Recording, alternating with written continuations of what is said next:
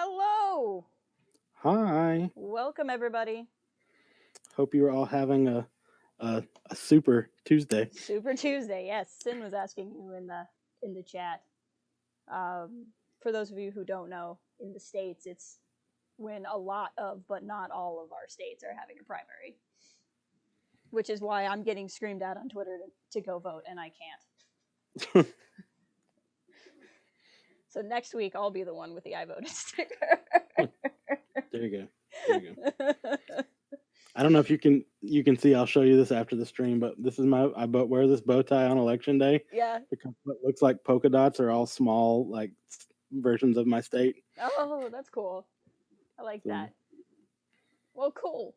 I guess. I mean, what we're going to talk about is, I think, applicable to many things, including politics, though we probably won't make it about politics.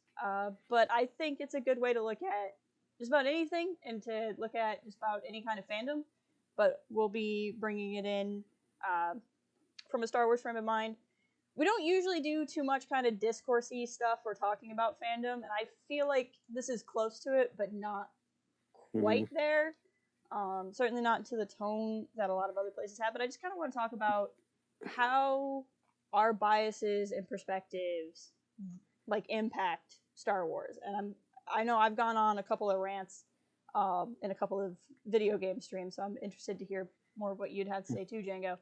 But I put three very specific scenes on the thumbnail that are kind of the three scenes that come to mind. It's Qui-Gon's "Your focus determines your reality," which is a line I love. Yoda's "Only what you take with you" in terms of what will be inside the cave. And then Luke's "This is not going to go the way you think," which might be the most pointed one. Also, hello. I didn't say hello to everybody in chat, but I see John, I see Sam, I see Nicholas. I see, I saw a couple other people up there. Stuart's here. Dale was here. But hello, everybody. Thank you for being here.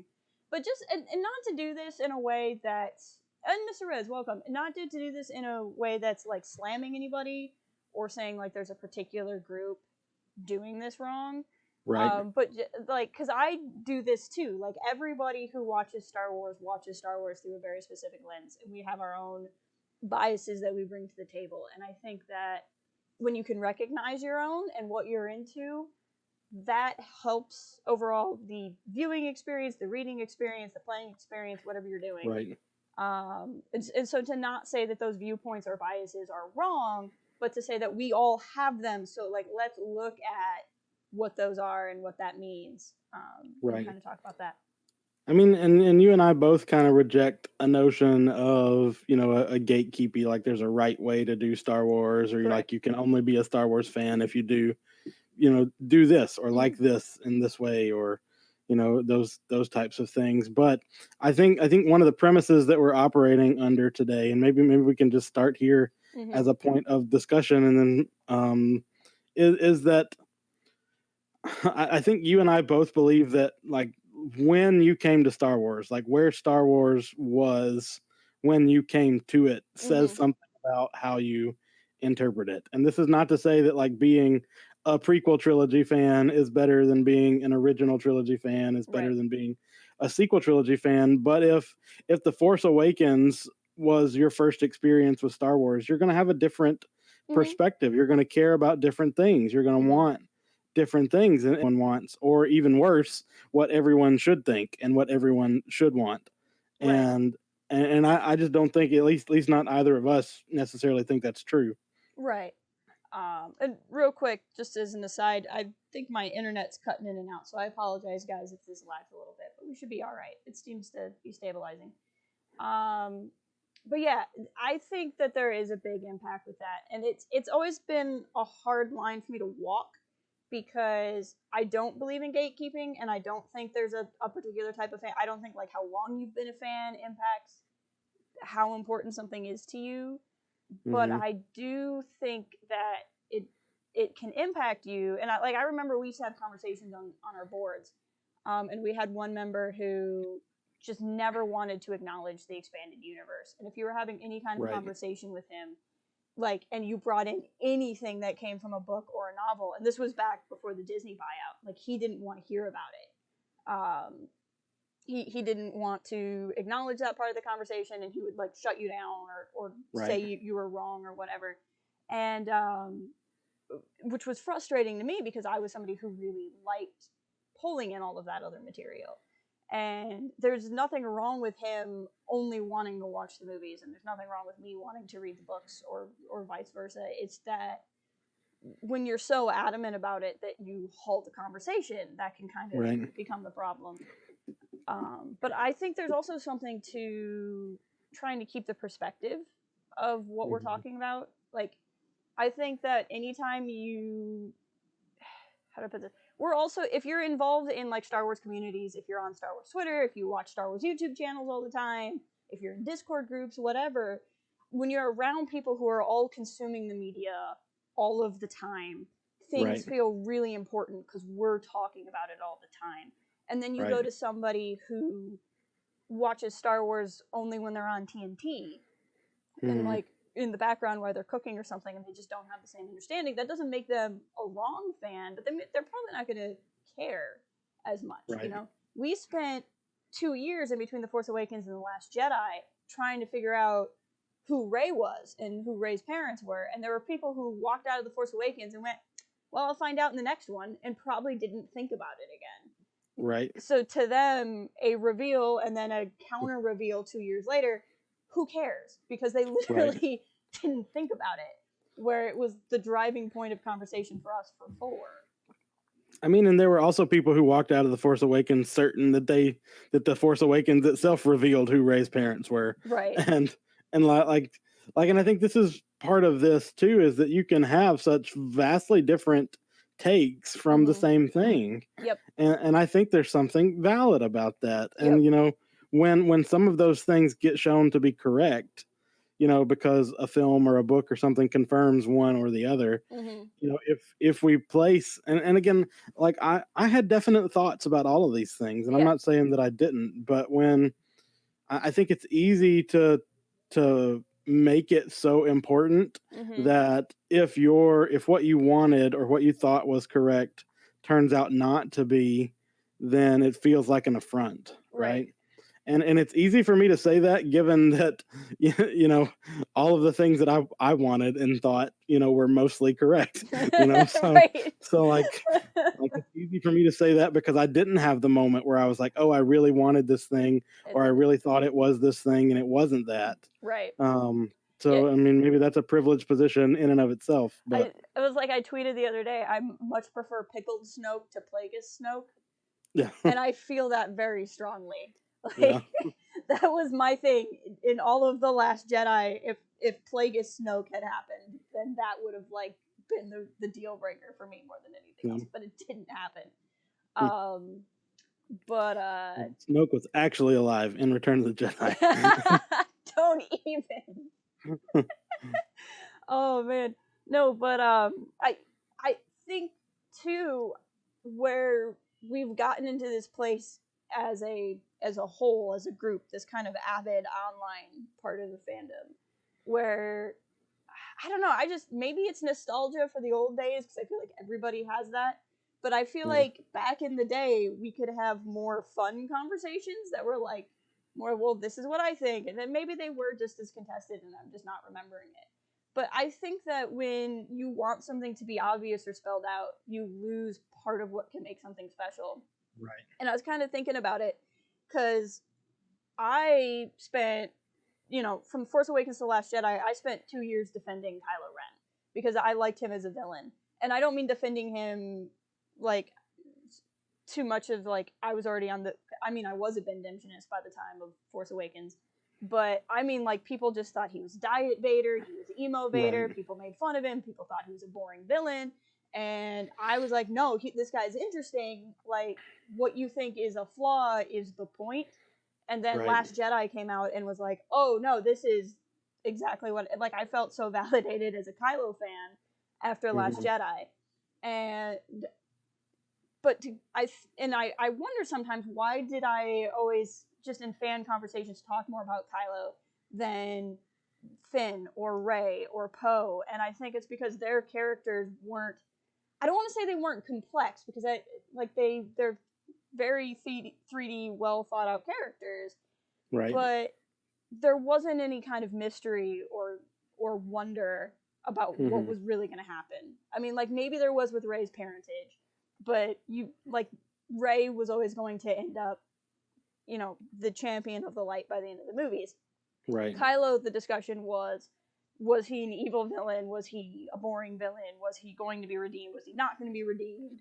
What was going to happen? And there was just more discussion to be had, and that's why I would argue he's one of the most interesting, fascinating, complex characters we've had in Star Wars in a long time, because he was the discussion for 4 years. And even now, so much of the controversy following Rise of Skywalker is in the treatment of Ben Solo post Kylo, and I think that says a lot. But then when you look at the other kind of breakout superstar, if we wanted to, if we discuss my son, baby Yoda, little Yodel Skywalker, hello Nolan, welcome. There's not any controversy there, even though he's this viral sensation, right? Like, he came on the scene with Mandalorian and, like, is basically universally loved, right? There's no anti-Baby Yoda campaign. But as adorable and wonderful and awesome as he is, he's not necessarily compelling. Like, I'm not sitting there, I'm not waiting for season 2 of The Mandalorian for, like, the emotional struggle of Baby Yoda. You know what I mean? Like, there's no discussion to be had, where with Kylo there was a discussion to be had and a debate to be had. And so I think you can have these universally, everybody loves these characters, but then what do we have to talk about other than how cute they are? Yeah. Versus somebody like Kylo, and it can be frustrating because there's people who don't see the character the way you do, or don't like the character that you love. Right. But if everyone understood the character, would he be interesting? Right. Well, and I think Nicholas makes an interesting point too. He says in the old days, you had to get in a Star Wars conversation or argument on purpose by seeking out forums, and now you can be minding your own business on Twitter and suddenly be in an argument. True. And I maintain that, at least in my experience, I think a lot of it is chalked up to how the internet is different. Yeah. Because, like, when I first went to the Star Wars forums in like 2001, 2002, like, I knew 2 or 3 people in real life that had any serious interest in Star Wars. Right. And it was a different time then, because it was the first time I'd had those types of conversations. And I think we, it was always, a widespread phenomena. Like, Star Wars was never a niche thing. Like, it was one of the first blockbusters, right? Like, Jaws and Star Wars, like, they were the first big summer movies ever. And I mean, you're a film person, you probably know more specifics about that than I do. But, like, so it's never like it was this small, like, cult kind of film, right? It's not even like Rocky Horror or something like that, where it's this, really passionate but small fan base. Like, it was always a big thing, but we were so dispersed. And the internet is different now, and it has been for long enough that either you didn't grow up in the internet that was that way, or you've gotten accustomed to an internet being that way. And now it's so easy to find, a million people on Twitter all at once that have thoughts about the Rise of Skywalker. And like, the ease of that conversation, I think, makes it easier to let it go in places that you don't necessarily intend it. Right. But I mean, I just think there's so much going on here too, because I think, again, like, I think when you come to Star Wars matters too as a separate thing, because, like, you're talking about Kylo, I think the same thing about Vader and Anakin. Like, if you grew up in the 70s and 80s watching Star Wars, then a lot of those people hated when Darth Vader was an annoying little kid. But, like, if you grew up like you and I did in the era of the prequel trilogy, that's when we're in middle school and high school and coming into our Star Wars fandom. Like, you connect and you feel for Anakin because Anakin was a slave. Like, and I know that's something that you and I talk a lot about, and that's not necessarily, like, nobody in the 70s and 80s had that context. And so, like, you care about Anakin differently when you see him that way. And I feel like, for me, and how I really enjoyed the Rise of Skywalker, and I appreciate the fact that not everyone did. But I feel like if if you were primarily concerned with the sequel trilogy, then you might have wanted different things out of the Rise of Skywalker Yeah.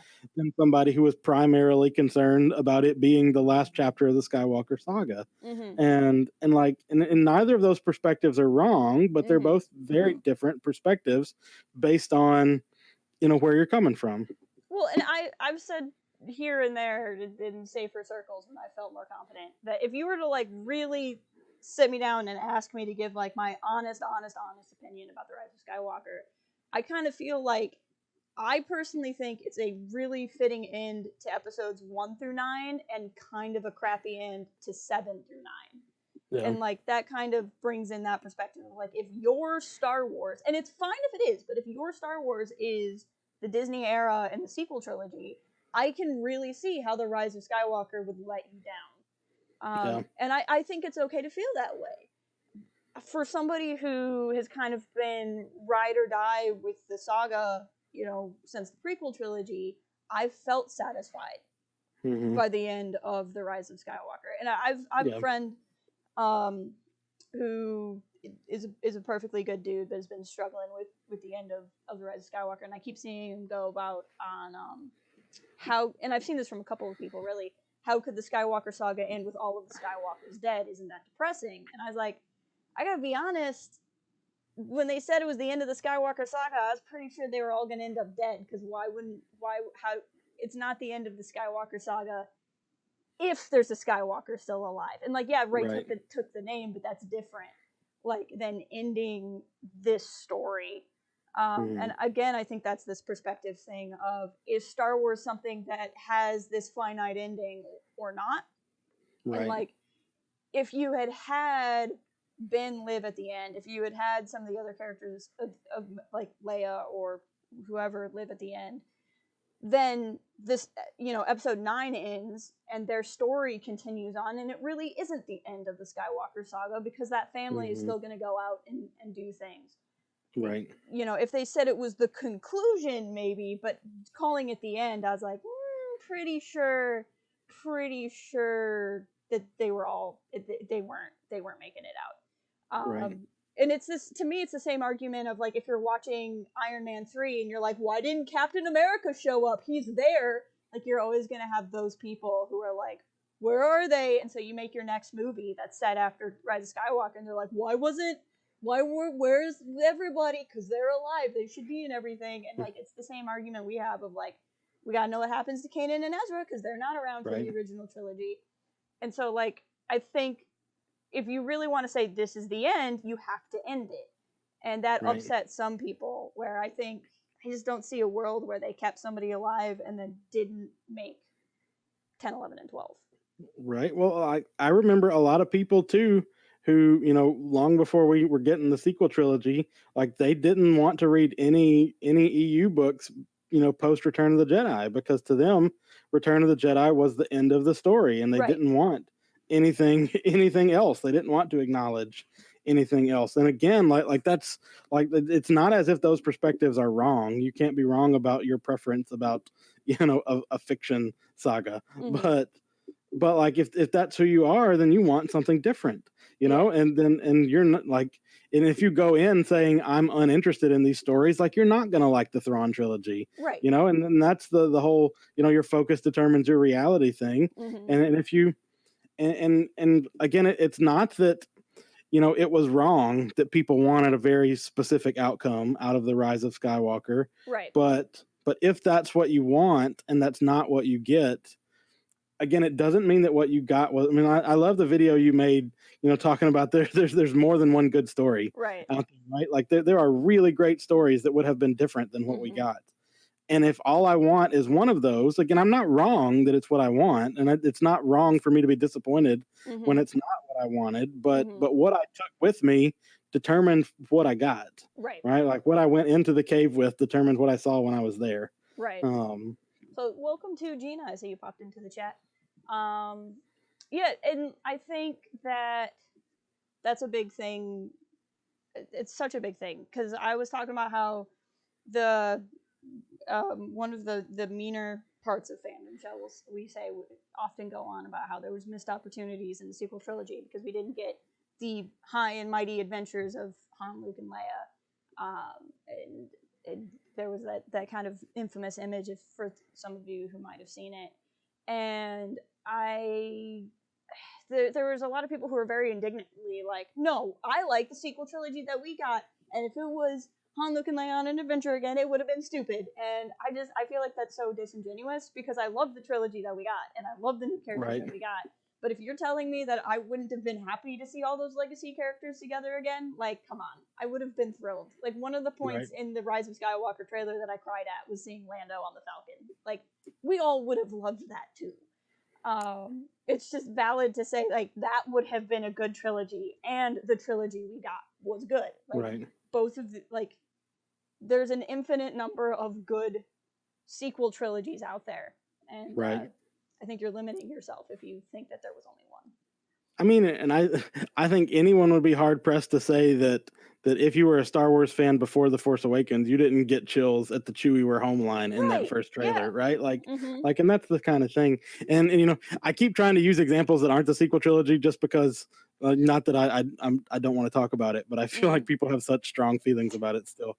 But like, I think about, like, I know a lot of people too that were very into the EU post Return of the Jedi, and like could not get on board with the sequel trilogy because it wasn't, you know, an adaptation of the Thrawn trilogy, or because Mara Jade's not there. And again, if that's what you want it to be, like, the sequel trilogy was never going to be that. And so like, you are necessarily disappointed. And it's not as if you're wrong for enjoying Mara Jade. It's not as if you're wrong for wanting to see Jason and Jaina, you know, have adventures. But when this is not that, well, like, this is what we're talking about with biases, right? Like, it's fine to have a bias for these things, but so much of the discourse, you know, specifically around the sequel trilogy, has been people assuming that their point of view is correct and not affected at all by bias.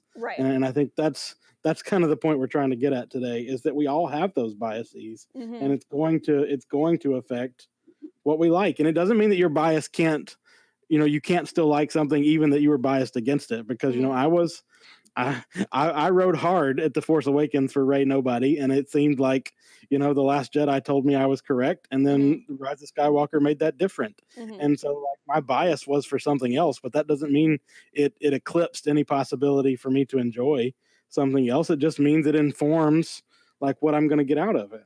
Right. Well, and I remember through the first season of The Mandalorian, which was not a show I was expecting to love. I was never expecting to hate The Mandalorian, but Mandalorian culture, underworld kind of culture, not my favorite thing in Star Wars. So I was like, I'm going to enjoy a live action show because I want to see a Star Wars live action show, and I'm not expecting it to be for me. And then I saw my son, and I wept in fetal position for like 20 minutes. So, you know, that's kind of how that went. But as I was doing the reviews for that series, I would just tell people right off the bat, like, look, how much I like this episode is directly correlated to how many cute Baby Yoda moments there were. Right. And like, so many people love the third episode, and they're not wrong, because it is a well-made episode, but like, I can't watch the third episode because I can't watch Mando give Baby Yoda to the Empire. Like, I can't do it. Like, I get so mad and angry every time I watch it that I have to, like, nope, we're gonna just remember what happened. And everyone else is like, but the Mandalorian showed up and it was so awesome and the armor is great. I'm like, my son was crying and I can't watch it, okay? And like, but that's my bias. So, you know, I'm not gonna sit around and be like, well, the third episode was just garbage. Like, how dare they do that to, you know? But I'm like, but it is hard for me to watch the third one. And like, it's just recognizing why and not blaming Deborah Chow for hurting my heart in that way. Like, you know, it's just understanding that. Well, and I think too, another thing that we could kind of talk about more directly, or not, I can just say this, we can move on to, is that, you know, even apart from the specific things we want, I feel like so many people with Star Wars are prejudged. It's like the people that go, you know, leave Rotten Tomato, you know, reviews before they've seen a movie, right? Like, you have prejudged it before you've even seen it, right? And like, it like, how could it possibly be other than what you have prejudged it to be, right? Like, like, and I heard so many people before Solo came out saying, "Oh, I don't need a Han Solo story." Like, "Oh, this is so unnecessary. Why do we need this?" And as if any of it is necessary, right? Right. Like, we didn't necessarily need the the backstory of Darth Vader either. But I enjoy the prequel trilogy. Right. But like when you feel those sorts of things, like you have already pre decided that Solo's not for you. Right. You know, right? And that's going to color how you feel about it when you see it. Like, it's going to influence how you feel about it when you see it. Like, it can't not, right? Like, I don't know Right. how it would not be able. And this is not saying that you have to be some kind of overly positive, Disney shill that never acknowledges flaws or problems and things like that. And Right. that's not what we mean when we say positivity on our channel. Right. But like, you have to go in with a certain amount of willingness to enjoy a thing, or Mm-hmm. you're never going to enjoy a thing. Right. Like, and this is again, one of the people on our forums, to I disagree with his decision, but he made a decision when the sequel trilogy came out to not watch any of the films. Mm-hmm. And to my knowledge, he never has. And maybe there's something to that. Like, he knows that he's not going to enjoy it, so he says this is not for me. But he also doesn't belabor the point or tell you that it shouldn't be for you either. Right. Ryan says, under Disney Star Wars, it's become so big that if you don't like the sequel trilogy, you can like books, comics, games. There's always something to like, which is exactly how I feel too. And like, I get to you, the movies are the big showcase. So if you feel left out of the movies, it can have that kind of FOMO feeling or the left out feeling. But there definitely is always something, especially with like Clone Wars coming back for a season. Mandalorian feels way more like, I say this like it feels very Legends in a good way. Like, it feels very much like the good parts of Legends canon to me. So there's always something to enjoy. But I think to your I keep meaning to bring up something and then I lose it partway through. But it was anyway. But like, to what you're saying too is like deciding how you feel about it. Oh, I remember. I think with a film, at the end of the day, if you are on board with what the film is doing, you will forgive a lot.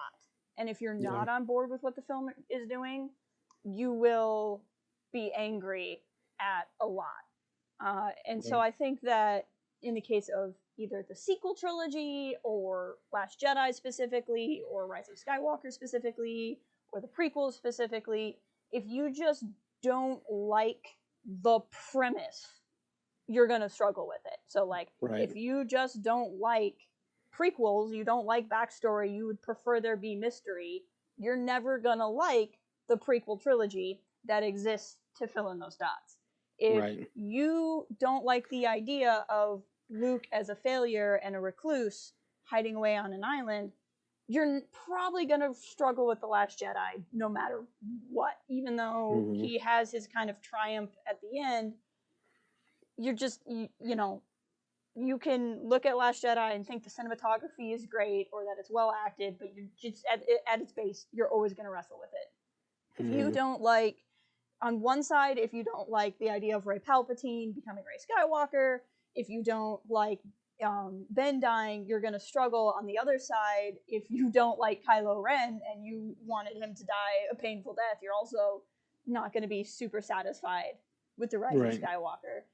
If you don't like Rey being the hero, you're not going to be super satisfied with the Rise of Skywalker. And so I've found that when I love a movie and I love what a movie's doing, like, I was the opposite of you. Like, I always wanted Rey to be connected to a legacy family in Star Wars.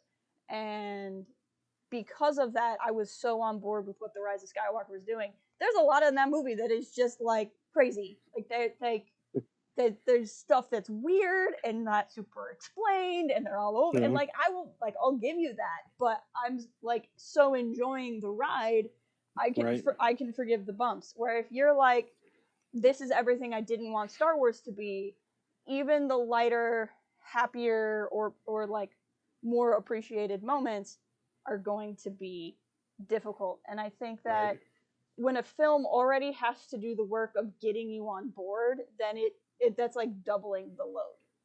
Versus a film that I think Rise of Skywalker is kind of a film that assumes you're along for the ride. It assumes you're here, you went to the other two movies, you're along for the ride. It never... I think it's a valid thing to say that we never really see the trio together until that movie.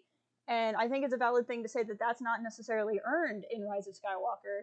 I didn't need that earned for me because that's something I wanted to see.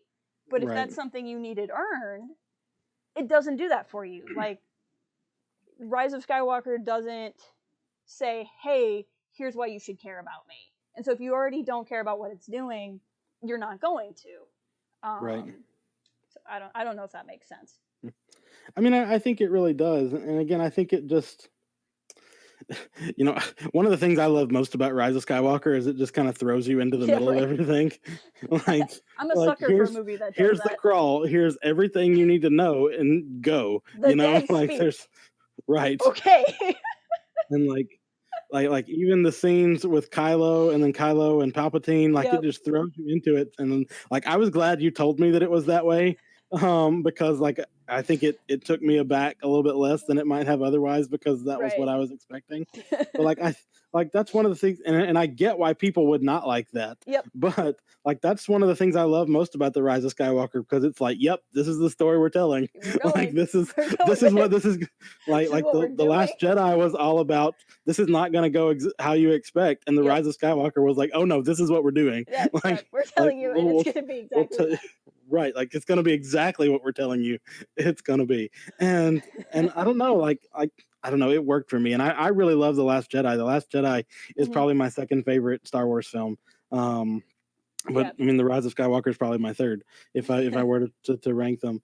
But I love them for very different reasons, and I don't need everything to be the same. You know, and I appreciate that Regina said earlier that it's freeing to realize you don't have to like everything. Yeah. And that's something that I've definitely experienced with, you know, new canon novels and stuff. There's been stuff that I wasn't, you know, kind of met on. There've been, you know, a very small number of things that I actively did not enjoy. Right. And then there's been a lot of stuff I did like, and it is freeing to say, you know, not all of this is made for me, and even the stuff that's made for me, I don't have to like it all to get something out of it. I don't have to like it all to appreciate it, but I also don't believe it all has to be the same. Like I love, you know, especially with the new series that we're getting, and you know, the films and the books, I like that we can do very different things. I like that we can have, you know, young adult romance stories, and I like that we can have, you know, really serious examinations of prophecy, and I like that we can have this and that, and it doesn't all have to be the same, and I don't have to enjoy it all. Right. Well, and to that point, and kind of going off of some stuff that Nicholas just said in the chat too about trying to avoid too much speculation for the sequel trilogy, I think that for younger fans, and I include you and I and like prequel era fans in that category as well, not just sequel fans, it's hard for us to understand what it feels like to watch a trilogy unfold in the way that the original fans went through with 4, 5, and 6, which weren't necessarily 4, 5, and 6 at the time. I've talked to a lot of people who thought the Luke and Leia reveal at the end of 6 was just tacked on and unnecessary, and they weren't as into it. And now that's so weird for me to think that you would feel that way, because to me it's so natural that Luke and Leia are twins, and it's really hard for me to like go back to like how would I have felt like in 83? How would I have felt in 80 when you found out Vader was Luke's father? And when we had our prequel trilogy, we were watching a trilogy unfold, but we knew where it went. We knew the story that came after. We weren't wondering, was Anakin going to fall to the dark side or not? We weren't wondering if the Jedi were going to make it or not. We knew we were watching a tragedy. Unless you were 8, but even then, you know, like, if you're 8, you're not asking the same speculation questions that bored 20-somethings are. And, which I'd say that about myself as much as anybody else.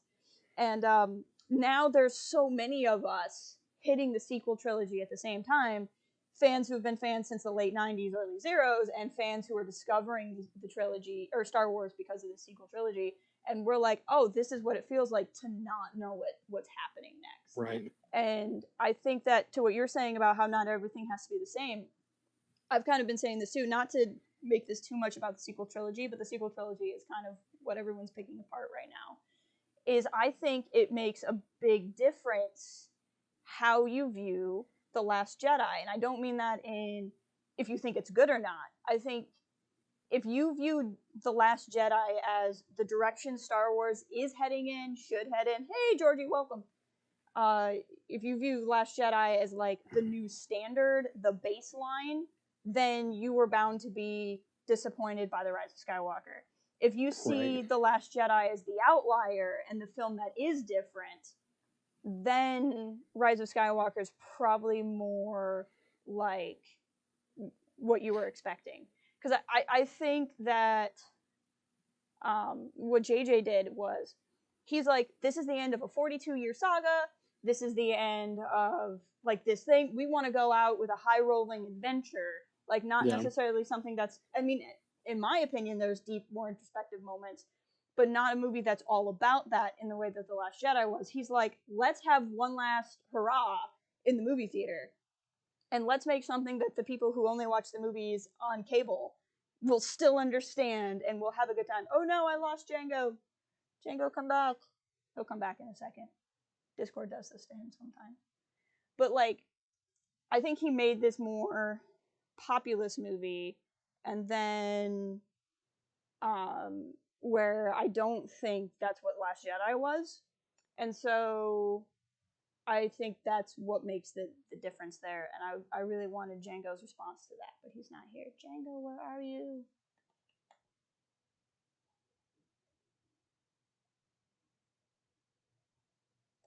No, Georgie, I'm not calling people. I watch it on cable too. I'm just saying that they don't watch it a lot. Django, where are you? I have a feeling that his internet straight died. Because he's not even texting me. So, anyway. Oh, there he is. Are you back, sir? I'm back temporarily on my phone while my computer reloads. Okay. Sounds good. So yeah, I was just talking about how I think if you see The Last Jedi as the film that's different, then Rise of Skywalker makes more sense. And if you were hoping that Last Jedi is the new direction, that that kind of can set you up for disappointment as well. Right. I mean, and I think, as somebody that loved the Last Jedi, I would not have been opposed to that being the new standard. But that's kind of your argument about, The Empire Strikes Back too, mm-hmm. Right? Yeah. Is that, it's such a well-made film that not all Star Wars can be The Empire Strikes Back. Right. And if you expect all Star Wars to be The Empire Strikes Back, then you're necessarily going to be disappointed by that, because mm-hmm. it literally can't be. Right. Like, you can't always have, a 2-hour, philosophical conversation that ends with a huge, twist reveal. Right. Well, no, and I think there's a point where if everything is The Empire Strikes Back, or if everything is The Last Jedi, then that takes away from how special those films are and right. what they're able to do. And then you have something like Disney Plus, where you can do these different kind of shows. Like, I really hope that Cassian and Kenobi and Mandalorian all have different styles and different vibes, and like a certain continuity where it all feels like Star Wars, but like I hope they're different, because you can do that in a show versus something where millions of people are going to see it all in one weekend. Right. Also, I'll tell Georgie, we talked about Matt Martin before the stream. So. We didn't talk about it on the stream, but we did talk about it before. With Nicholas, I think time will help a sequel trilogy, and I think Ryan had said something about that too, hoping that as time goes on, that people kind of feel the way they feel about the sequel trilogy, the way they feel about the prequel now. And I think that that's true. I think I'm really curious what the next generation of fans are going to think about the sequel trilogy. Like, people who don't have to wait 2 years in between and literally watch The Force Awakens and don't spend any time speculating because they put The Last Jedi in right away, and then don't spend any time speculating because they watch The Rise of Skywalker. And just how do they respond? What characters do they gravitate to? Are they going to think about Plagueis' Snoke theories and go, "What are you talking about? He was, an experiment of Palpatine," and just think it's weird. Right. Well, and I think too, and again, this is going to sound gatekeeping. I don't mean it this way, but like I think about with the Song of Ice and Fire series, the Game of Thrones series. Like some of us have been waiting for these books.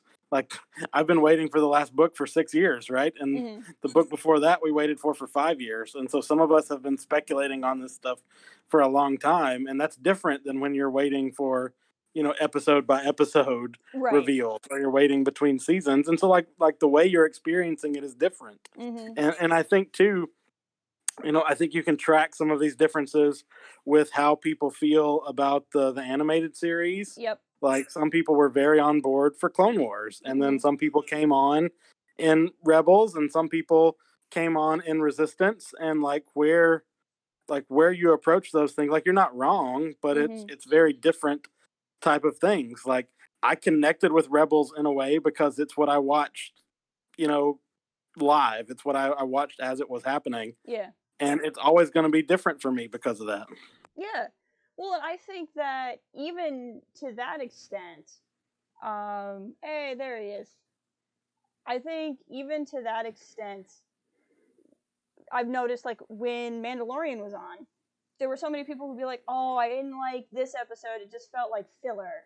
And I'm like, what are you talking about, filler? And everyone was like, "This," and I think part of that was because we only had 8 episodes. Everybody was just like wanting something spectacular, and I think we got something spectacular every week. But I saw too a conversation online or somebody saying like, "Oh, I've been enjoying the Bad Batch arcs of the Clone Wars, but it felt like filler." And I'm like, but Clone Wars is an anthology show. Like, there is no main through line in the Clone Wars. Every episode's filler. And you went, oh, now that you mention it, that's a really good point. I was like, every episode of the Clone Wars is going to feel like filler because, like, yeah, there's Anakin, Obi-Wan, and Ahsoka, but, like, if there was a through line, maybe it was Ahsoka's because she was the character that was unique to some degree, Rex, unique to the show, and you wanted to know where she was and why she wasn't in 3. But even then, that could just be my perspective. Growing up watching, or not growing up, but like watching Clone Wars and going, what the heck? Who is this Ahsoka chick? Why is she here? Why is she not in Revenge of the Sith? And what's going to happen? Where now, when this whole story gets told, people are going to be like, oh, well, Ahsoka's not in 3 because she left the Jedi Order. And there's not going to be this same speculation that we had. Even now, she feels more natural to the landscape of fandom than she did when she came on the scene. Because even though I like Clone Wars in the beginning, I struggled with her, and now it's hard for me to imagine Star Wars without her. Right. I mean, but like even like with the Bad Batch, I think it's a different type of example of what we're talking about. And you and I have talked about this a little bit before, but like the fact that you saw the animatics and I didn't, right, means that we are experiencing it in different ways. And I think I think like that's what we're trying to encourage here. Like if there's a point to all of this, it's that like the way we experience it is going to make the experience different. Yep. And and that's like the title of the stream is how do we see Star Wars? It doesn't mean like literally how do we watch it? Like is it Disney Plus? Is it on Blu-ray or do we have those old VHS tapes? But it's like what you bring to it determines what you get. I mean, even like your love for Yoda is something you brought to The Mandalorian. It's something you brought to the Clone Wars.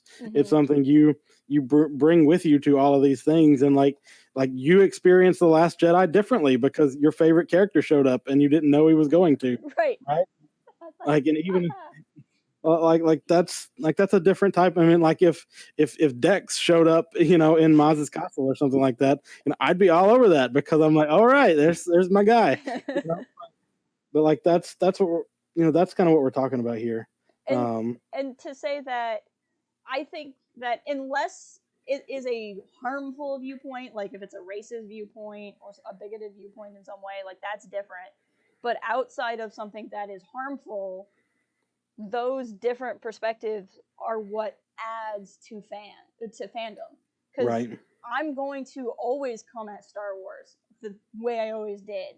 And when I can talk to somebody who started watching it from a different perspective, different time period, different entry point, those are the people that teach me about Star Wars more than the people who came to Star Wars when I did and watched it the way I did. The people who are either older or younger than me, or just have different characters and different ways they read characters, that's how I learn. And I think that that's a strength to fandom. And to go back to the point I made earlier with Kylo, is if something is contested and something is something you're debating, as long as it's civil or respectful, that to me is a sign that we're talking about something. You know, we can complain that we're still talking about The Last Jedi 2 years later, except for maybe that's proof of how good The Last Jedi is, because we're still talking about it 2 years later. And if it was just a fine movie or just a good movie or just a trash movie, we wouldn't be talking about it still. Yeah. Well, and I think part of this too, and maybe this takes it, you know, in a place we don't necessarily want our conversation to go, you know, but you know, you were talking about, you know, points of view that we shouldn't necessarily have to respect those things that are, you know, specifically hateful or things like that. Like, I think it is fine, if not important, you know, to care about racism and to care about representation and to care about, you know, like what the themes suggest and, you know, portrayal of certain characters. But I think it is very easy for us to conflate our caring about those things with our particular story and character biases. You know? And like John Boyega is calling out people who have been racist to him, right? And he's not calling out everyone that didn't like The Rise of Skywalker. And I think it's very easy for us, if we are not cognizant of what our biases are, to assume that, you know, oh, everybody that didn't like The Force Awakens had a problem with a black stormtrooper, or everybody that didn't like The Last Jedi had a problem with a strong female character. And certainly those things are there, and we should call them out when they are there. We should not disguise and hide the fact that they are there. But my preferences about the films, or my thoughts about characters, even if they're informed by those things, are not necessarily the same thing as those things. And this is way more discoursey than we ever get on this channel. No, so I'm with you. We'll edit this out of the VOD. Also, hi Cal, welcome. But I mean, I think that's valid, because like if we're talking too about Rise of Skywalker, I think it's valid and important to talk about how little Rose was in the film. And on the one hand, I don't know that I necessarily think there were malicious intent on the part of JJ and Terrio to, like, necessarily quote unquote erase her, but I also think you can say that they lacked a social responsibility to see the situation around that character and could have done more to ensure she was in the film.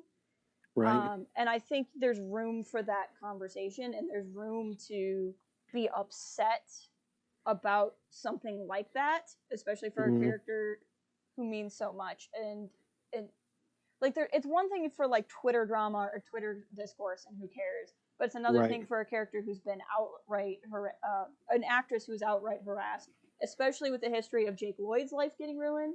Best life, like, he talked about how he almost committed suicide over things that happened with Jar Jar Binks, and that's just plain unacceptable. So I think there's room to talk about what Rise of Skywalker could have and should have done differently in the character of Rose, but then also say, okay, but I still liked what this film did, and I wouldn't judge anybody or say somebody was overreacting if they couldn't get on board with Rise of Skywalker because of that. But I also don't think that anybody who liked Rise of Skywalker doesn't care about Rose, if that makes sense. That it's a larger, more complicated issue. I mean, and I say all of this as a, you know, a straight cisgendered white dude, but also as somebody who like has made an academic career talking about like the importance of, you know, feminist theory and critical race theory and things like that. But like, I think I was a hardcore Storm Pilot shipper from from way back when. You Like were. I can was on attest. He was. like I was down for that from jump. Mm-hmm. And as much as I love the Rise of Skywalker, I would have also loved a different. I was heartbroken in The Last Jedi when Poe was more excited to see BB-8 than he was to see Finn. Like you and I had those conversations there too. But I don't think, and this gets complicated too, because we are still talking about a large corporation that has like market shares and like different national markets to like take a film to. And I think it's completely legitimate to be critical of a corporation for making certain decisions with representation that you don't agree with. But that does not necessarily mean that people that did like that movie don't have that problem, or that if you have that problem you can't like that movie. Like I think all of this is it's more than a fair discussion and conversation. Like it's a conversation we should want to have, because we should want Star Wars to be a thing that everybody can enjoy, and want Star Wars to be a thing that everybody can find their own place in our community. Like we should want that. And so these conversations are incredibly important. But that's not the same as did I like this or not. It's not the same as did this work for me or not. And I think we have to be careful about assuming that it is, because then it's very easy for it to be dismissed, right? To say, oh, like, you know, oh, you like your point is just because you didn't like this. Like your point is just because you didn't like Rey Palpatine. But you know, and those more important conversations get subsumed by those things if you don't realize that they're not different things. Well, I'm a big believer in picking your battles, and that's part of where internet discourse, I think, gets so hairy, is the internet picks every battle. Like if there is a battle, the internet will pick it twice. And that's part of the problem, because then it gets Georgie says you only cared about Ben Solo because he's hot. I've had somebody accuse me of only liking Kylo Ren because, quote, I saw him naked on girls. So like it's frustrating and it's annoying. And my response was, I have never seen girls, so that is not why I like the character. But like when we pick every battle, the really, really important battles fall away. And they get swept under the rug because people already don't want to fight the important battles, and people already don't want to have the important conversations, because for at least the privileged side of that conversation, it's painful, but it's really painful for everybody. And they don't want to have that. And so when you give somebody the easy out of you're fighting about everything, you're mad about everything, then they can skip that hard conversation easier. Whereas if like it's just, is this a thing that like, are you mad about a thing because now kids have one less role model, or are you mad about a thing because you just didn't like a line of dialogue? And they're just different levels of importance to me. I don't and like too, like I think about the fact I was not a Force Awakens Reylo, but then I was a Last Jedi Reylo. Same. Like that's a different type of thing. But I think even with Ben Solo, like, and again, none of these perspectives are wrong. I want to underscore that none of these perspectives are wrong. But like I think there are valid arguments that Ben Solo was somebody that was emotionally abused and is the victim of a lot of stuff that happened to him. I think there are arguments to be made that Ben Solo in the visage of Kylo Ren did some very creepy and problematic things in The Force Awakens. And those things can both be true. Yes, like, they maybe can not be. in terms, like maybe not in terms of the character, but maybe even in terms of the character. But like both of those perspectives are valid. And like if we say, oh, my argument or how I feel about Ben Solo is correct, then we are almost necessarily like overlooking how somebody else feels about it. And especially because a lot of those things are informed by our personal experiences, are informed by the way we see the world. And like, I teach politics, so I think it's also important for us to understand how different people see the world. Right. Like that's valuable in and of itself too. And as much as Star Wars can be fantasy escapism, it can also be a way for us to have these conversations. Mm-hmm. And I like that about Star Wars. Well, and that's been part of why it's tricky for me, especially to talk about Ben and Kylo, who post Rise of Skywalker, but just in general. Is I have talked to numerous people who identify with Kylo/Ben because they are victims of abuse, and I've talked to people who have trouble connecting to that character because they're victims of abuse. And I'm not going to tell any victim of abuse that their view on a fictional character is wrong, and Right. they can respond to that character however they need to. Now, that said, I don't think anyone ever has an excuse to disrespect somebody else who's minding their own business. So, Right. Feel how you feel about a fictional character, but don't hop in somebody's mentions about it. And that's a rule I would say go both ways. Right. But how I've always viewed the character is Kylo Ren is Ben Solo, but isn't Ben Solo. Right. And the point is, the dark side consumes you, it corrupts you, it villainizes you, and it makes this dark, twisted version of yourself. And so that Kylo Ren was doing really terrible things, and I don't even think that Kylo Ren has Rey's best interests at heart. I think Ben Solo has Rey's best interests at heart. I think Ben Solo cares a lot about Rey, but Ben Solo was corrupted by the dark side, by the space devil. And that doesn't mean that he didn't also make choices that led him down this path in the same way Anakin. I mean, George is saying Anakin is different from Vader in the Force. And that's where I've always struggled with that conversation, because I both see the bad things Kylo's done, but like I have Kylo behind me. This shirt is a Kylo Ren shirt. This is his like fighter. Like I have a whole shrine to him here. So like I say these things, but I don't hate the character. But I've just been waiting for the day that Kylo Ren would become Ben Solo again, because Kylo Ren is a villain and Ben Solo is a hero. And that's how I view it. And because of it, I've always kind of been able to see both sides of that argument. I mean, and the duality of it is part of what makes the characters interesting, right? Yeah. Like Vader tells Luke, that name has no more meaning to me. Like Anakin is dead. Like that has no emotional connection for me. And even he is wrong about that, because like he becomes Anakin again by the end of that same, like half an hour later. Like his world is different. Yeah. And if that's true in story, like why can it not be true for us, out of story as well? And to avoid making this a lecture, I just want to say too, like I think, like I've taught women's studies classes before, and I teach the differences between like first, second, and third wave feminism, but like they're all feminisms, right? Like there's a through line through all of them, but second wave feminism and third wave feminism want different things. And like you can, like this is a lot of the discourse that I see on Twitter is saying, oh, well, if you are a feminist, then you must want this, ignoring the fact that even feminism doesn't always want the same things.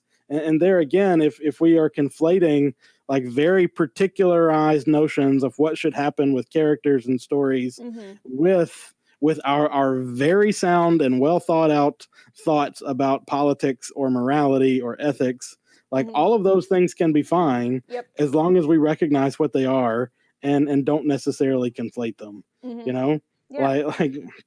Like I love L3 in Solo. She is my favorite character in that film, and I love that she wants to start a riot everywhere she goes, because my politics are like, hell yeah, start a riot. And I just that's the worst curse we've ever said on this channel before, so I'll take the blame for that too. But I'm like, yes, burn it all down, sister. Let's go. Like rejoice in our revolution. But like at the same time, like I realize that my love for that character comes from a certain place in me. And if you're coming from a different place, you may feel differently about that character, but that doesn't mean you're wrong about that character, right? Well, it doesn't mean that I'm right. My perspective of L3 was much closer to Lando's, of the Oh, there's my friend who wants to start a riot everywhere she goes again. Yeah. That's also kind of our relationship, right? But like I think too, like my favorite character is Django, and Django is entirely morally ambiguous, right? Yep. Like he is amoral because he doesn't care about what's right or wrong at all. And that's not who I am at all. Like Mm-hmm. I reject that notion personally altogether. Yeah. But I still enjoy the character, Mm-hmm. and I think it's so complex, and it's fine that it's complex. Yeah. And I think that's what, and I don't think that it's about age, and I don't think it's about like sophistication, Mm-hmm. like or any of those things that it often gets conflated with. But I feel like sometimes there's such a pressure to make things simple, and to say that it can't be complex, or that what I think is complex you can't see as simple. Right. Like it can work both ways. Like you can enjoy the very like literally black and white morality tale that is A New Hope. Yep. And I can want something more than that. And both of those things can be correct. Yeah. And I think what I've always loved about Star Wars is it's a franchise where I can either sit and watch it and turn my brain off, or it's a franchise I can sit and watch and turn my brain on. And there's always this superficial level that has cool lightsaber fights and stuff, and then there's always that deeper, more mythological level. And I think that's why it speaks to so many people. Like I can love Empire because of its philosophy, and also, lose my crap every single time I watch Attack of the Clones and Yoda tosses away his cane. Yes! like those things can go together, right? Yeah. And like I think, when Nicholas says there's not one right point of view, like even the line, from a certain point of view, right? like we harsh on Yoda and Obi-Wan about that, but we ignore the fact that was Anakin's point of view. Yeah. like Anakin also thought Vader killed Anakin. Right. like that's literally Vader's point of view. Right. In this. And he's not wrong when he believes that, but he also is wrong when he believes that. And those things can be true at the same time. Yep. That's been my biggest thing, is like more than one thing can be true at once. And like what I tell people is it's not that like I don't have problems with the sequel trilogy or I don't have problems with the Rise of Skywalker. It's just what I love from it outshines it and excites me to the point where I just don't dwell on the parts that bother me much. And I think part of that is like if you're a prequel fan, you've learned to forgive films that you love for a lot of things. And I think that's a perspective I've kind of brought to the sequel trilogy of like, look, guys, we got through the prequel trilogy by memeing everything we didn't like, and that's just what we need to do again. But yeah, we're at time. So do you have any final thoughts, or if anybody in the chat? I know we tried to keep up with chat, but you guys were doing a lot of great discussion. But I don't know if you have any final parting thoughts. I don't know. One of the things that I just kind of want to end on as a thought is that we've had this conversation for an hour, and this shows that you can have this conversation, right? Yep. Like our chat, and I know we're a medium size at best channel, and we're not engaging with 100,000 people in chat or something right now, right? But like we just, it's doable because we just did it, right? Like and we don't and we won't go into this on stream, but like you and I come from very different places and have very different thoughts about the world. And we can do it. And if we can do it, then so can other people. Like this type of conversation, and this is why we get so frustrated and avoid discourse as much as possible, because we know that it's possible, and it frustrates us when we see people act as if it is not.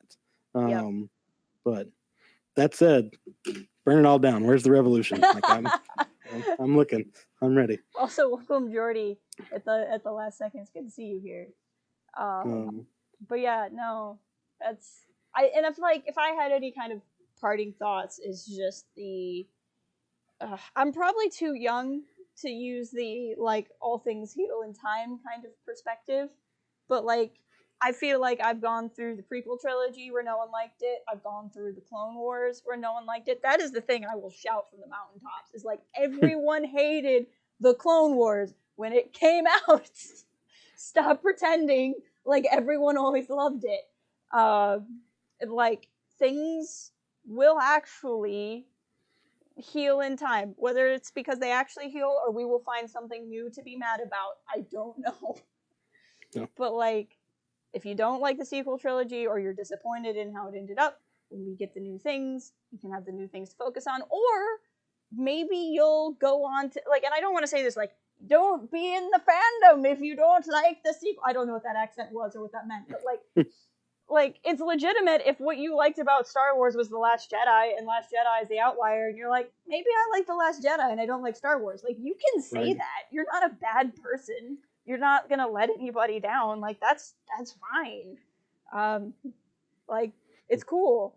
And you know, maybe you would be happier. Like, I've been let down by other fandoms, and I like, I just don't want to stick with this anymore. And I found something new, and like, it's kind of sucky, but then you have time for something new, and then you have time for something else you do love. So it's just, your focus determines your reality. Like, that Qui-Gon line is everything. And Yoda didn't say this, but I'm sure he would have, you know, if he had the chance to say, you know, don't personally attack Star Wars authors in their DMs either. Don't attack Star Wars authors.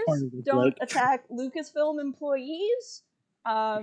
And I think people have strange definitions of attack. Like, don't at them with random passive aggressive questions. Like, they don't all have somebody else who feels like, don't do that. If you don't like them, you're allowed to not like them. Just leave them alone. Yep. Don't read their stuff anymore. One of my favorite podcasts says that you can send all of their complaints at Kmart. So just direct all of your at messages at, you know, at Star Trek. Like, just let somebody completely different, you know, don't at Wendy's. Wendy's will reply, but you Wendy's will wreck you if you reply to Wendy's. You know, at Best Buy for all of your Star Wars complaints, please. You know, the poor Best Buy social media manager. But yeah, that's what I got. But thank you guys for bearing with us through something that was a little bit more off-brand, but I think it was something that was definitely on our minds in light of some things that had happened. And I hate to make this like the Twitter response show, which it often is sometimes, just because I spend way too much time on Twitter. But you know, I think it's something to talk about. I think it's something that's applicable not just to Star Wars, but any fandom. Like, just kind of look at, you know, are you mad at something that is deeper, something more systemic, some kind of representation issue, or are you mad because of a story choice for a fictional character? And like, weigh that and pick your battles, I guess would be my last bit of advice, is just pick your battles. Yep. My last bit of advice is to like the video while you're here. And if you haven't already, hit that subscribe button and that notification bell, and you will know when we go live. You won't even have to look for it. Your phone will tell you. And right now, we should still be doing another KOTOR stream on Thursday. Yep, and then we'll have more Clone Wars content on Friday. So a lot of things go on. If you're not already, we're still pretty early on in our new Port Haven Book Club read through of you know, a great novel by a great author who deserves to be recognized for how much we love her and her works. Yep, that would be Most Wanted by Ray Carson. There you go. So a lot of things going on. I'll also say too, we're looking for topics for these streams. So if you have questions or things you want to suggest, Discord is probably the best place for that. But get in touch with us. Get in touch with us, and we don't mind taking suggestions here and there. But but I think that's what we got today. All right. Thank you so much, guys, and we will talk to you later on. Yep. Keep having your Super Tuesday. Bye. Bye, guys.